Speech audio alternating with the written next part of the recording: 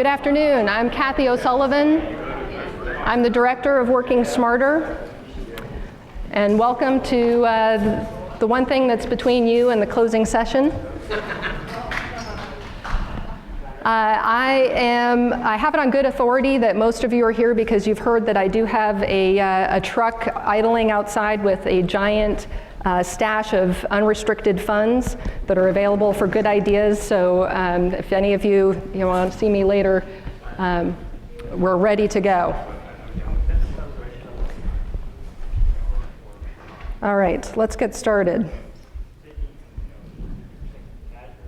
Not like that.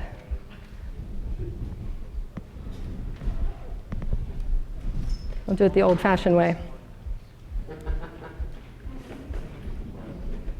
I think I healed myself. Okay, so what am I going to talk about today? I'll start off by talking about Working Smarter and campus OE or other similar kinds of efforts and what's been going on to date, which is quite a bit. So I won't go into great detail about what's been going on at your locations. I'm assuming that you're at least somewhat familiar with that, but a lot of what we heard about today and yesterday dovetails well with that. Then we'll talk about Working Smarter, the origins of Working Smarter, and what we have in front of us for the next 3 years of the program, and how we've been doing so far. We're 2 years in now, just past the 2-year mark, and so I can report to you on what we indicated to the regents in July as our progress so far.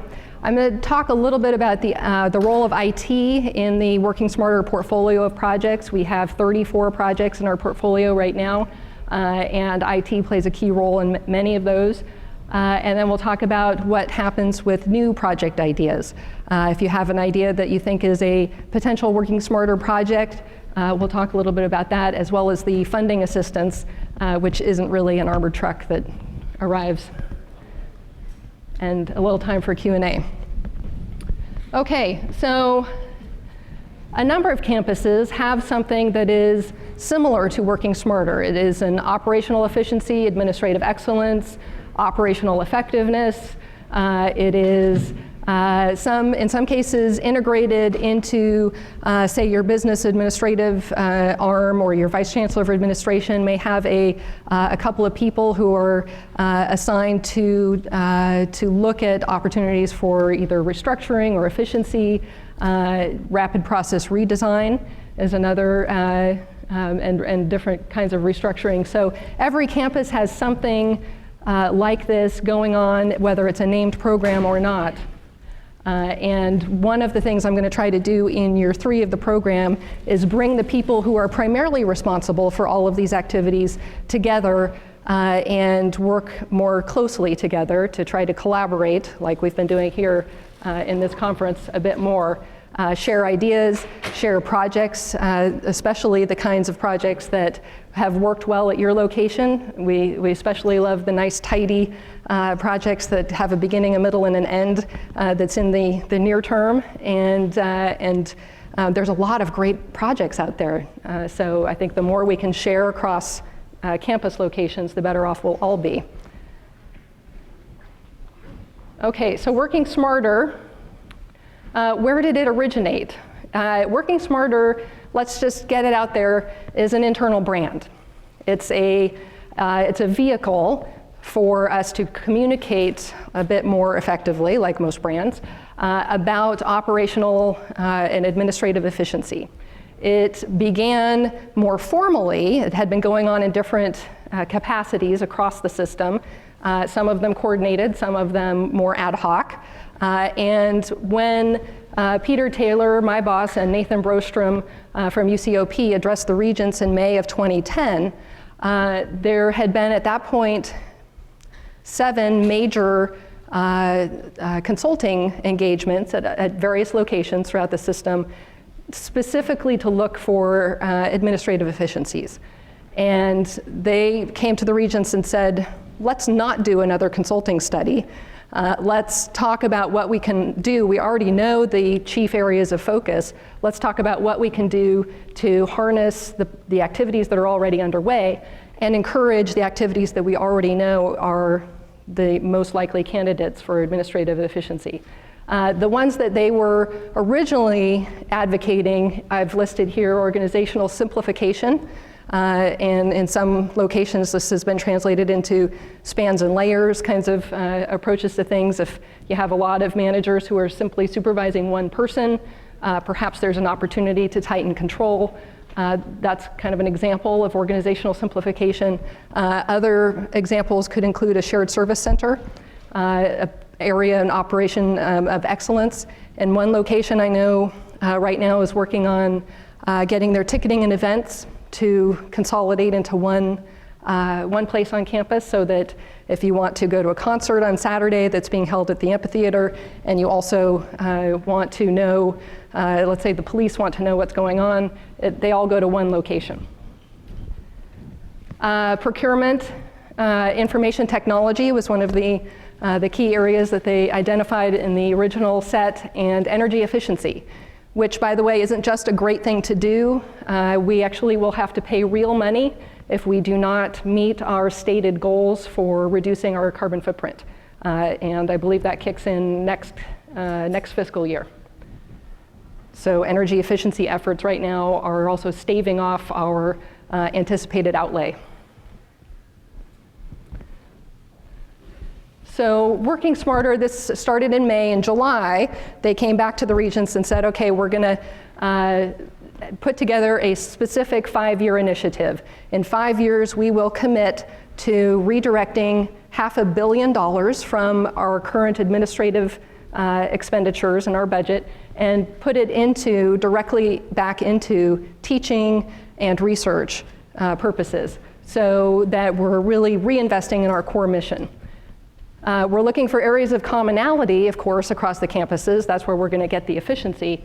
But the key here is not just to cut, it is to invest to improve the quality of service, and in many cases to upgrade systems that are woefully out of date, and to implement so that we're giving a higher level of service, more options to students, faculty, and staff who use these services. And then through this, we're also going to get the ultimate benefit, which is a more sustainable and predictable financial model going forward. I don't think any of us love the budget roller coaster rides that we've been on the last few years. And we're on one right now. Those of you who are familiar with the pact with the governor, there's a big decision that is going to be made by all the voters in November of this year that will certainly do a lot to affect our budget. Either it will be more sustainable, more predictable, or we're going to be in a really, really big world of hurt, or a world of big hurt. It'll be bad. Okay, this is my obligatory governance structure slide. This is how Working Smarter is put together. And I have an executive steering committee. Unfortunately, I was also, like many of you from Irvine, directly affected by the departure of Mike Gottfredson from Irvine to the, at least, greener pastures, literally speaking, of Oregon. So we are looking for a replacement for him, and I believe someone's already been tapped for that, but it's not yet official. But I also have John Plotz from UC San Francisco, Chancellor White from UC Riverside, and then Peter Taylor and Nathan Brostrom from UCOP on the steering committee. And they're guiding the overall direction of the portfolio of projects. They get involved if a project is experiencing some kind of problem with its resources, or has a sticking point in its political aspirations. And then I report to them on progress of individual projects and the portfolio at large. I do work directly with executive sponsors occasionally. More often, I'm working directly with project owners of the 34 projects that are currently in the portfolio. So these 34 projects, where exactly are they? And so this is my, this is based on project count, not on dollars or expected impact, but in the 34, you can see roughly break out in this way. as you might expect, most of the emphasis is on enterprise administration, kind of the nuts and bolts of running any kind of company. UC Path, for instance. Risk management could be perhaps put into an enterprise administration category, but because there are so many projects, I thought it would be more appropriately broken out on its own. Very few in academic administration, research administration, and parent giving is actually just that one project.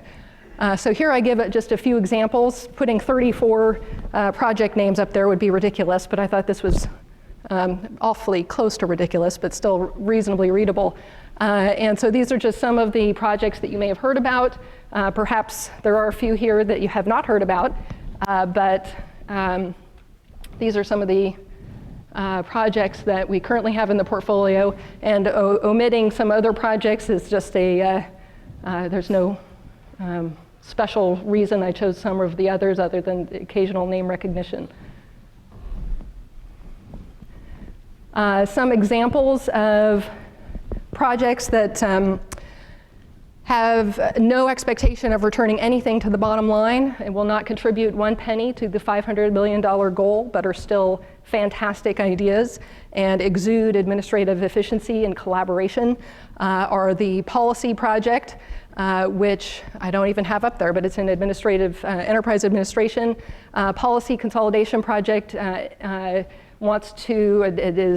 goal is to get 477 system-wide policies that are currently live and in force across the university system, and is looking at retiring those that should have been retired quite some time ago, consolidating those that are ripe for consolidation, and all in all getting it down to about 150 policies.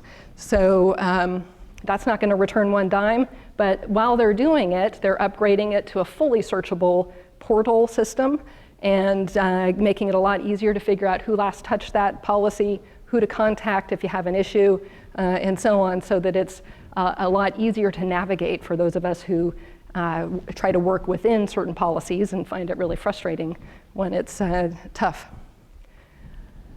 All right. You have time for a question? Absolutely. Just real briefly, when you say not adding a dime back, are we at all taking into account the time savings? Because I mean, that's a great example of something that, I say this a lot throughout the system, where, well, time is free, but in reality, if you looked at the fact that that's probably going to save the university a good $100,000 right off the top, just because, you know, the people that need those things are really high-paid individuals. And even if we're saving them a half an hour of time, that's a significant savings. Yeah, so the question was, is it really accurate to say that something won't save a dime when in fact it will save a great deal of time and also frustration, and in particular time for people who tend to be more well compensated? Is that a reasonable restatement? Okay, so your point is well taken, that absolutely it saves time, and time is money, and that's why it's part of the portfolio. As to whether I will count it when I'm reporting to the regents, at this point I'm taking a very conservative approach to the numbers, and in fact I'll start to move into numbers. Well, all right, I'll move into numbers eventually, but reasonably quickly. But when I get to the numbers, I'm taking a very conservative approach, and I'm only looking to report numbers that are true hard savings. What did I spend last year? Let me see your actual spend data, and now show me what you've spent this year, and did you unwind what you did last year so that you're not double spending and also spending less? And so we're taking an extraordinarily auditor-worthy approach to the numbers that we do present. But I'm also kind of staying out of the way of the projects that are just time savings projects, because I think in some ways those are really the ones that'll affect most of us on a day in, day out basis. The things that we can do to just get the process to be a little smoother would go so far towards, it just has the secondary and tertiary effects of it helps make everything easier. Those are the things that I don't want to come in and say, well, let me go through your books and how many hours did it take before and now how many hours. I'd rather just get out of their way and let them do great stuff. Does that answer your question? Yes. All right.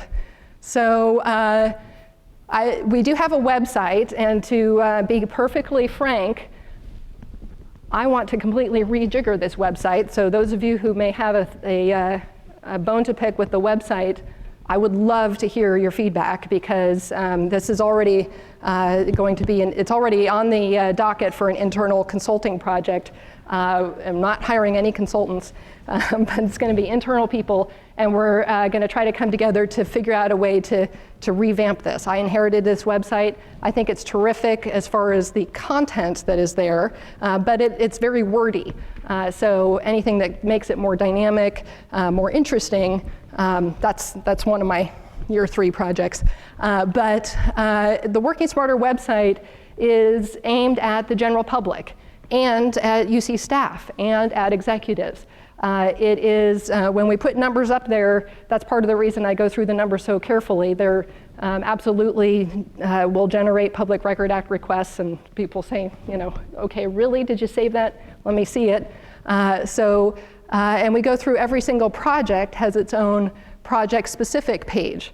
Those of you who may have seen the UC Path oriented sessions earlier today or yesterday probably saw some reference to the Working Smarter project page.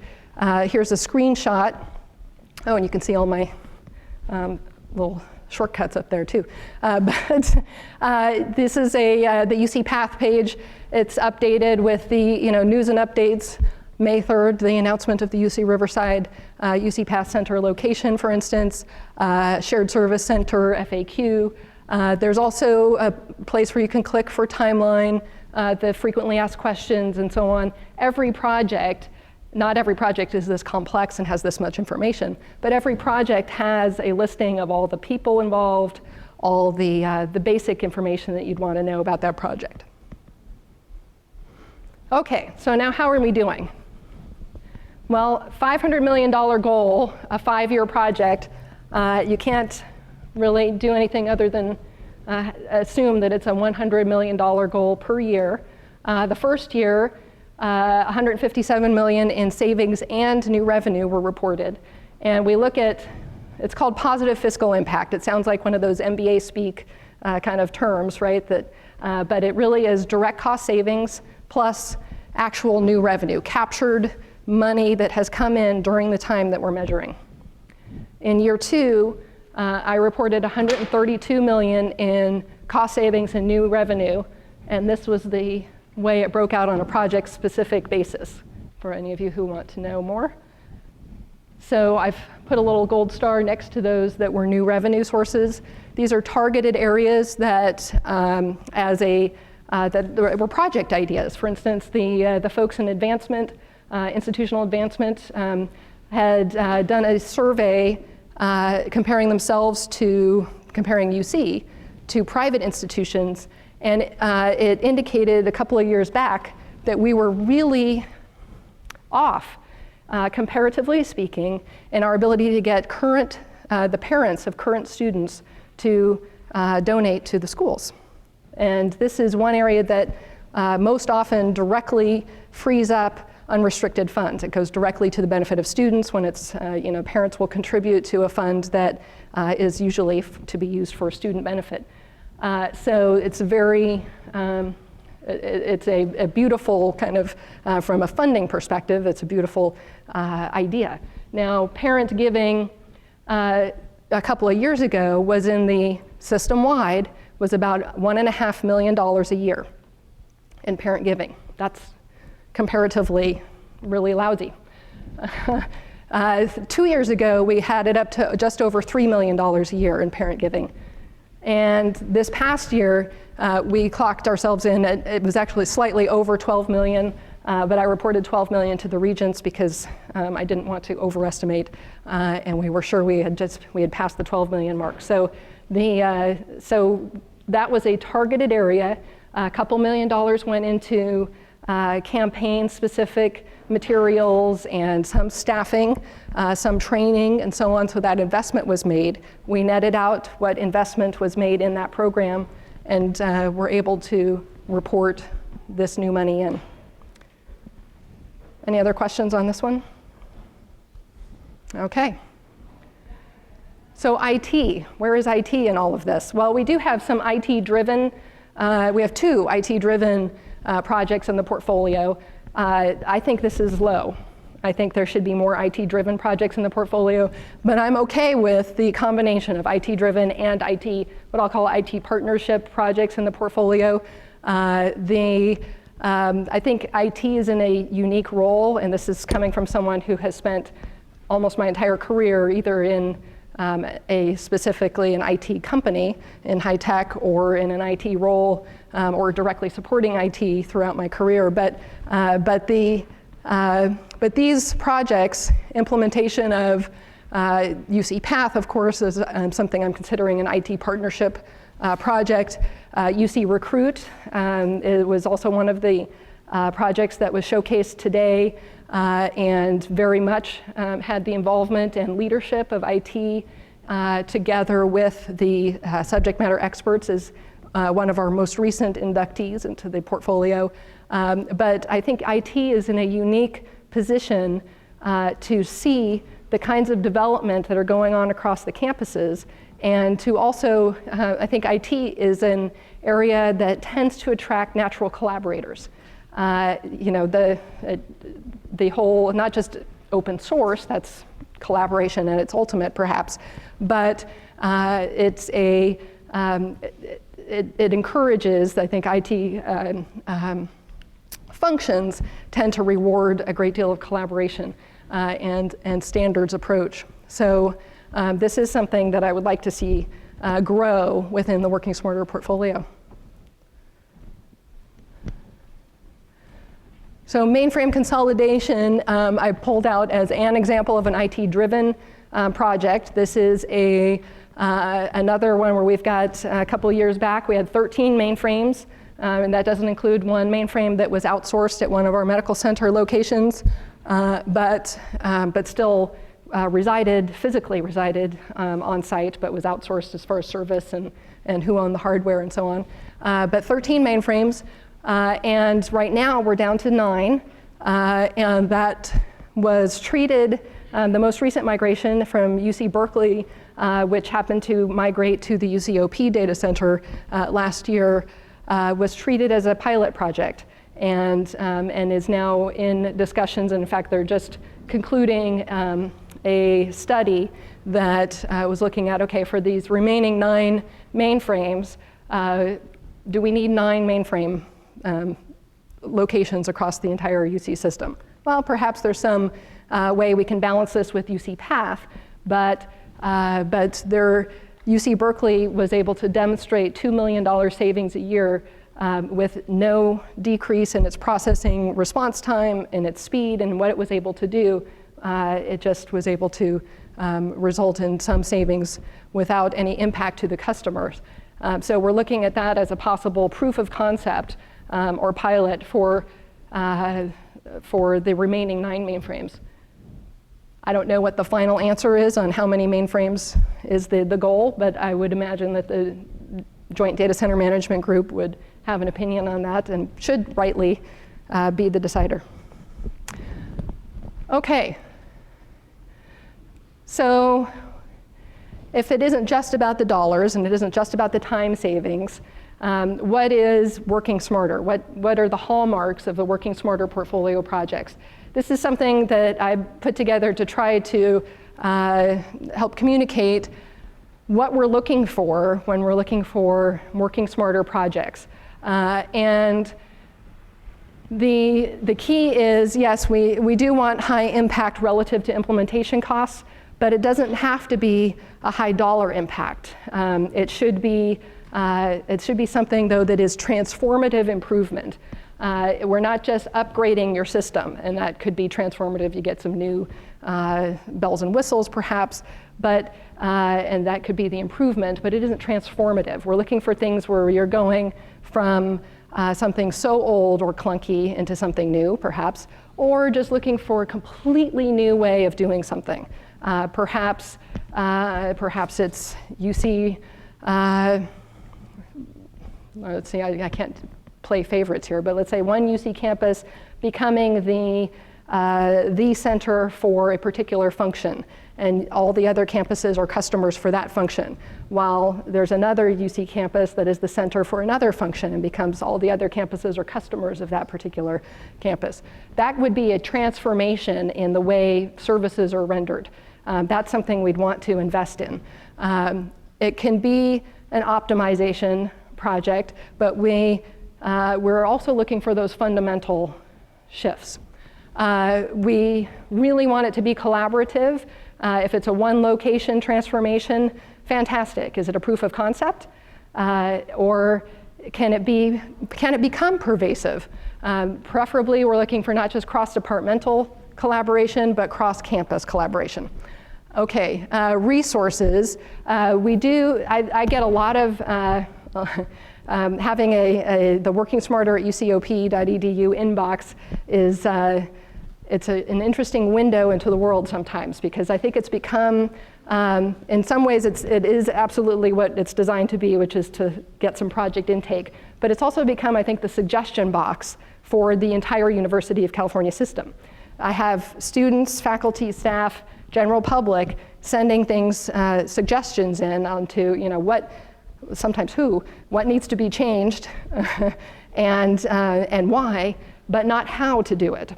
And the way we're put together in Working Smarter is not to just look for new ideas and then staff them up and implement them. We're looking for ideas that you are the expert in. You have an idea as to how to get it started. Maybe it's not you specifically that's taking it and running with it, but you can name a project owner who would be an appropriate resource.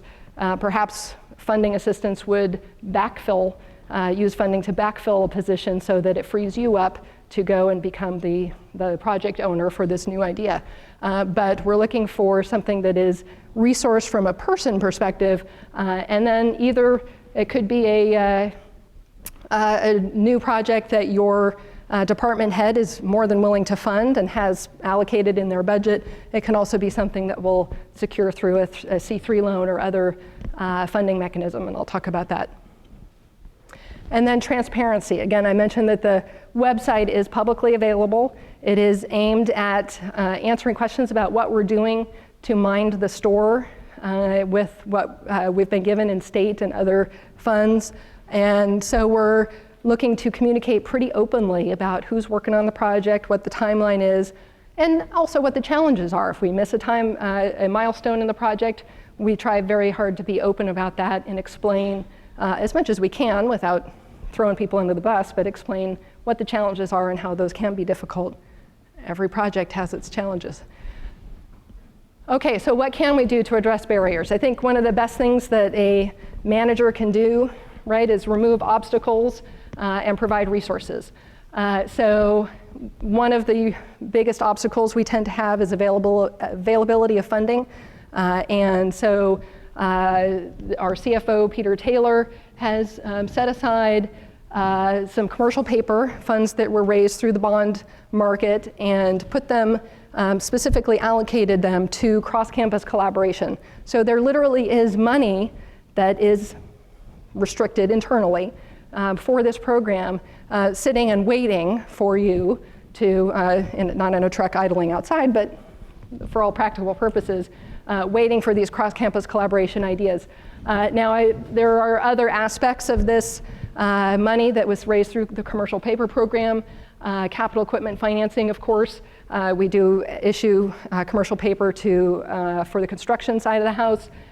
Also, we have some of this set aside on that's right now being used, I think, by only 2 campuses on a pilot basis, where we're setting aside special funds to attract the very high-end faculty and researchers when we can't get approval for that funding within their department. So it's kind of an innovative way to get around the departmental have and have-nots that sometimes occur in the academic side of the house. But I'll be talking about the C3 funding. So this is what it is. It's a 0% loan. It can be paid back in as little as 3 and as much as 7 years. It can be put together in as little as 60 days from the identification of your funding need. It is specifically set aside for administrative efficiency projects or the necessary precursors to an administrative efficiency project. It's a one-page form, and you do need to shop this idea within your location, because your chancellor, or if it's national lab, your lab director, is the one who signs it. But, and this is all available, I've got all my, I think in the last page I gave you the link, but this is it. This is the whole form. Doesn't even have a back side, but anywhere from $100,000. There's no specific upper limit, but I can tell you that there'll be additional scrutiny on things that are well above 7 figures as to how will the money be drawn down and so on. But this is in use. Many locations across the system have applied for these funds and received them. UC Berkeley, for instance, the OE program, if you look on their website, is funded through the C3 program and drew down, in fact, they've drawn down quite a bit less than their originally allocated amount to get that program office up and running, and then they have their repayment schedule set to pay back out of savings. But this is the most often used funding mechanism to encourage these administrative efficiency programs. Okay, so what do you do? How do you become a Working Smarter project? Well, this is also pretty streamlined. There are a couple of times where we'll go through and ask some follow-up questions and apply a bit of due diligence, as I hope that you would expect us to. But it all starts with a 1 to 2 page case study, something that's like what you see in the project section of our website. Just a little bit of background about the project, what you've done so far, some of your challenges and so on. And then you do need to name names and identify your project owner, the person most likely to take it and run with it going forward, and your executive sponsor, usually the head of your division, but sometimes if you're perhaps on the IT side of the house but are the project owner, it could be your customer, the head of the division within your customer organization. And then you can send it to me. You can send it to the Working Smarter at UCOP email. Either will work. Any questions? I think we have 7 minutes for questions. Could you talk some about the cost of risk you had as one of your big statements? Yeah. Okay, cost of risk. Good question. The more I have spoken to the people in enterprise risk management, the more I have nightmares. You would be surprised. Well, anyone can see all the people who sue us and who, if you can look at the online, where the money all went, there's an awful lot of money that we spend to pay out claims. Much of that money is traceable back to the workers' compensation self-insurance allocation. Not to get into too much of the inside baseball, but it's basically the way that we allocate risk as a entity. We used to do things campus by campus, and everybody had their own insurance set up, and everyone negotiated locally. In 2004, we started to work as a enterprise kind of class of entity and negotiated all together with our brokers and designed an allocation system. So money is set aside at the beginning of each fiscal year in reserve, and then we look at actual claims paid. And we have found, the Enterprise Risk Management team has found that dollars spent on safety programs and intervention programs aimed towards safety return substantially to those reserves. Instead of going back for more money now, we're returning that money to the campuses. So it sits in a just-in-case fund, and then at the end of the fiscal year, it's now getting returned, which didn't used to happen. But a lot of that is safety programs. Investments in those are very wisely spent. So we've upped the investments that that directly affect workers' compensation. Be Smart About Safety is probably the most widely known, although some campuses locally brand differently. There is also something called Work Strong now, which is looking at those employees who have more than one workers' comp claim within the last 5 years. And it goes out and it's a program that has experts go out and visit that work location and examine it from an actuarial point of view as to risk, and then works directly with supervisors, coworkers, and the affected worker to devise a way to prevent further claims. So it's an extremely proactive approach, and it costs a lot less than actual claims paid. So, and we're all safer. One of the things that actually Grace Cricket, our Chief Risk Officer, is thinking of is a mobile app. It's right now in concept phase, but perhaps this is the audience to take it and run with it, where people could see a picture, take a picture on their device of a safety hazard, whether it's deferred maintenance, a tree root that buckles a sidewalk, or something that's clearly a violation in case of earthquake or something would create a hazard, and that you could just upload it to some central point that would dispatch specially trained people. Some things need a special facilities person with special training, but other things can be repaired by kind of a handyman level of expertise. I could probably volunteer for that one. I'm the handyman at my house, but that's the approach, is to try to do as much as we can to improve the safety for our employees and our students, because it saves money. Yeah. So something that's come up a lot over the course of the last couple of days, at least at the level that I function, is remote working and virtual teams and that whole concept. And would something that makes that process easier be something that would make sense to be proposing here, or where do those things? So question, I think I forgot to rephrase the other question, but the question is about mobile working. Are you talking about remote working or hoteling, or what kind of? Well, kind of a combination of, we obviously have people working remote, but the additional benefits of, we've got people, a great example, there's someone that lives in Alton Davis but remotes to UCLA. Well, we give her an office at UCLA to maybe offset some of that cost. UC Davis, can we do things to make that process easier? Okay, so could we use this perhaps to suggest a remote workforce accommodation, physical accommodations that would allow more remote, more dialing in from a location that's close to you rather than the location that you're based out of for your job? Sure. Yeah, it's not immediately apparent to me where the cost savings are other than the travel budget, but yeah, it could make things easier. I can see a few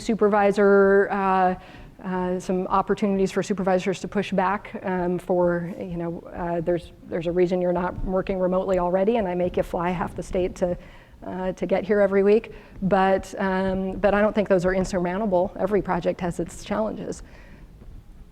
Yeah, let's talk. Yes, ma'am. For campus collaboration projects, are you guys still looking for a minimum of 3 campuses to engage in a project to be considered a program? Yeah, so the question is, are you looking for a minimum of 3 campuses to engage before you are taken into the intake process? Yes, but. Where we are looking for proof of concept, proven at your location, you got somebody else involved, it works for them, and we have a plan to bring other campuses in, but now we need some funding to get us to that level. Absolutely an appropriate time to start that conversation.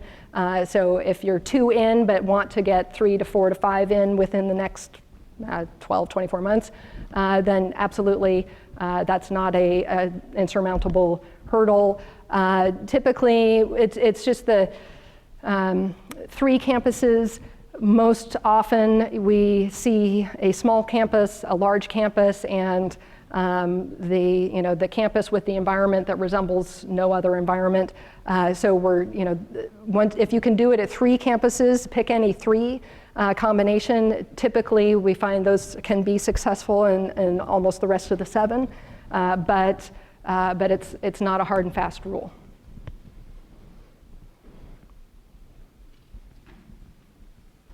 Yes. Do you have any projects underway having to do with IT accessibility? Yes, you're talking about the question is projects underway having to do with IT accessibility. You're talking about the kind of the web accessibility standards that, okay, and no Working Smarter projects that have to deal with that, although I was personally, I'm personally aware of the task force that was called upon by the ITLC to come up with whether we'd go with the, kind of the next version of web accessibility guidelines and recommendations, and whether we should, it was WCAG 2.0, I believe. And I don't know if we're supposed to pronounce that acronym, but in any case, because I always read it rather than heard it. But yeah, I know a great deal about those efforts underway, but I don't know necessarily if there is a stumbling block that they're not being implemented, and perhaps that could be done with some assistance. But no project has been proposed within the Working Smarter framework for that. But I think it's, yeah, that's it. So you're demonstrating a great breadth of coverage in what you have presented to you or what's in your program. What aren't you seeing that you would have expected to see? So the question is, what am I not seeing being proposed? Yeah, other than the personal complaints of that hit the Working Smarter. And the people who are caught somewhere and I need to send my ransom money. But I think those are just spam. So what am I not seeing? I am not seeing a great deal of willingness to tackle the next UC path. So big enterprise-wide systems, I think we're not seeing a lot of, oh, come on, let's go for student information systems. Yes, I did. That's what I'm not hearing. I'm hearing a lot of interest in collaboration on student information systems, a lot of interest in, hey, do you know somebody else who might be willing to take this and run with it? Because we'd be happy to glom on and give them all our requirements. And so I've had a ton of inquiries with regard to student records. I've had a ton of inquiries, more than 4 campuses. So that's not quite a quorum, I suppose, but yeah, the big enterprise-wide systems I'm not hearing, and similarly, there's been anecdotal, the executives, when I get the executive steering committee together, there is an absolute certainty among the top level that there are phenomenal numbers of tidy, neat, perfect projects that are things like, well, we shifted, instead of using Bermuda grass in our stadium, we're now using, whatever the new version of AstroTurf is, we've completely, now everybody is using one kind of folding chair, and but just the things that can't possibly be objected to, but that are really easy to implement and really easy to effect, and wind up with a few $1,000s savings. But now, when we need to go and find the replacement chair for this particular campus, we don't have to have the one chair that doesn't match, or so we see the beauty of standards in the most ubiquitous ways. So I also am not seeing the perfect, neat and tidy, we implemented in 3 months and we're done and we're moving on to the next thing. I don't see a lot of those. I'm trying to do a lot to get those, actually. That's where I'm spending a lot of time right now. Okay, I walked away from my gravity clock app, but I think I may be slightly past my time. All right, one more question. Any projects that have been rejected? I prefer not to say rejected, I prefer to say deferred. No, I have not said an absolute no to any particular project. I have agreed to assist in networking on projects that are great ideas without an owner, and projects that are one campus looking for another to share. You know, I've got my departmental budget, but if you could put your departmental budget on it, then we're doubling our budget potentially, and doubling our resources potentially, and now look at what we could do with the two of us together. I try to do what I can to informally network there, and then I get out of the way. No, I haven't said no, but it's just a matter of time, I suppose. And I actually think that no is a great tool in project intake processes, that there should be, and IT, come on, this is the ultimate yes, you know, it's that the customer wants it, so we have to figure out how to resource it and how to make it happen for them, and how to, this is what we do, is we make all the things that are wanted happen. But I do think that no, used with discretion, is a very useful way to mind the store, too. So, all right, thank you very much, and it's been a pleasure talking to you. I do want to encourage you, any question, any idea, half-baked ideas even, send them to me. Thank you.